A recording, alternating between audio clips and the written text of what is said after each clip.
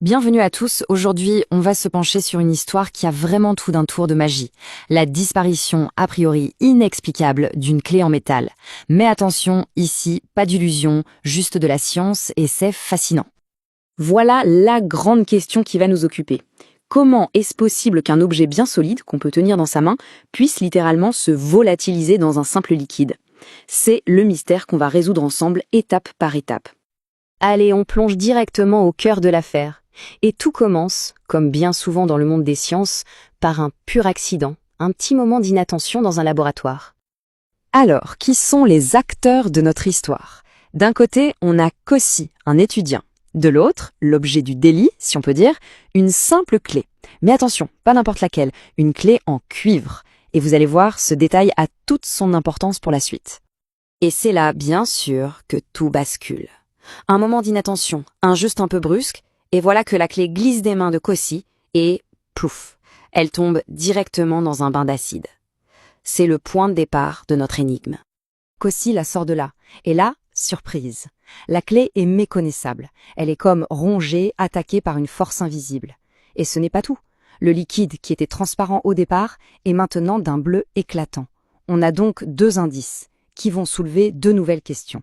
Forcément, Cossi est perplexe, on le comprendrait à moins. Deux questions lui viennent immédiatement à l'esprit. D'abord, mais où est passée la matière qui formait sa clé? Et ensuite, est-ce qu'il y a un moyen de récupérer ce cuivre qui semble s'être évaporé? Ces deux énigmes vont être notre fil conducteur. Bon, la première hypothèse de Cossi, c'est assez logique. La clé a fondu dans l'acide. C'est une piste intéressante, mais est-ce que c'est vraiment la bonne? Il est temps de mener notre enquête. Alors là, il faut bien faire la différence. Pensez-y une seconde. Pour faire fondre du cuivre, il faut une chaleur de fou, plus de 1000 degrés Celsius. On est loin de la température ambiante du labo. Donc non, l'hypothèse de la fonte ne tient pas la route. La clé a subi quelque chose de bien plus profond, une véritable réaction chimique. Alors une réaction chimique, qu'est-ce que c'est au fond? C'est une transformation totale de la matière. Les briques de base, les atomes, ne disparaissent pas, mais ils cassent les liens qui les unissaient pour en former de tout nouveau. C'est une réorganisation complète au niveau moléculaire. Donc le point crucial à retenir, c'est ça. Les atomes de cuivre qui formaient la clé solide sont toujours là. Ils ont simplement quitté leur structure bien organisée pour aller se disperser dans le liquide, sous une toute nouvelle forme. La clé n'a pas vraiment disparu, elle s'est transformée. Ok, passons maintenant à notre deuxième indice. Et celui-là, il est plutôt voyant. Cette fameuse couleur bleue. Qu'est-ce qu'elle peut bien nous dire? En chimie, cette couleur bleue, c'est comme un panneau lumineux qui clignote. Elle traite quasi à coup sûr la présence d'ions de cuivre. Alors un ion, c'est simplement un atome qui a perdu une petite particule électrique.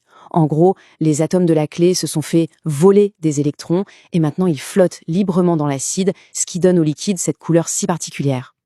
On peut vraiment voir cette couleur comme l'empreinte digitale laissée sur la scène du crime. C'est la preuve irréfutable qui nous crie « Le cuivre est ici, il n'a pas disparu, il est juste là, caché à la vue de tous dans le liquide ».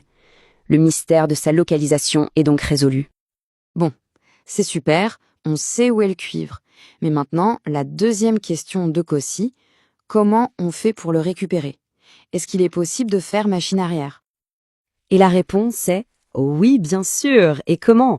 Eh bien, par la magie d'une autre réaction chimique. Il suffit d'introduire un autre métal dans notre solution bleue, par exemple un simple clou en fer. Ce nouveau venu va tout simplement prendre la place du cuivre dans le liquide. En fait, c'est un peu comme un jeu de chaises musicales au niveau atomique. Le fer, qui est chimiquement plus convaincant, va arriver et dire aux ions de cuivre « Allez, c'est ma place maintenant dans la solution ».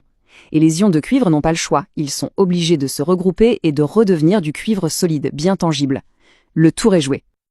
Et voilà le fin mot de cette histoire. Elle illustre parfaitement un principe d'or de la chimie, rien ne se perd, rien ne se crée, tout se transforme. Le cuivre était là depuis le début, il a juste changé de costume en quelque sorte, passant de solide à dissous pour finalement revenir à son état d'origine. C'est une belle leçon sur la conservation de la matière. Allez, pour finir, une petite question pour la route. Imaginons un instant que la clé de Cossi a été en fer, en or ou même en aluminium. Est-ce que la réaction aurait été la même? Est-ce que la couleur aurait changé? Voilà, la science c'est ça, toujours se poser les bonnes questions. À la prochaine!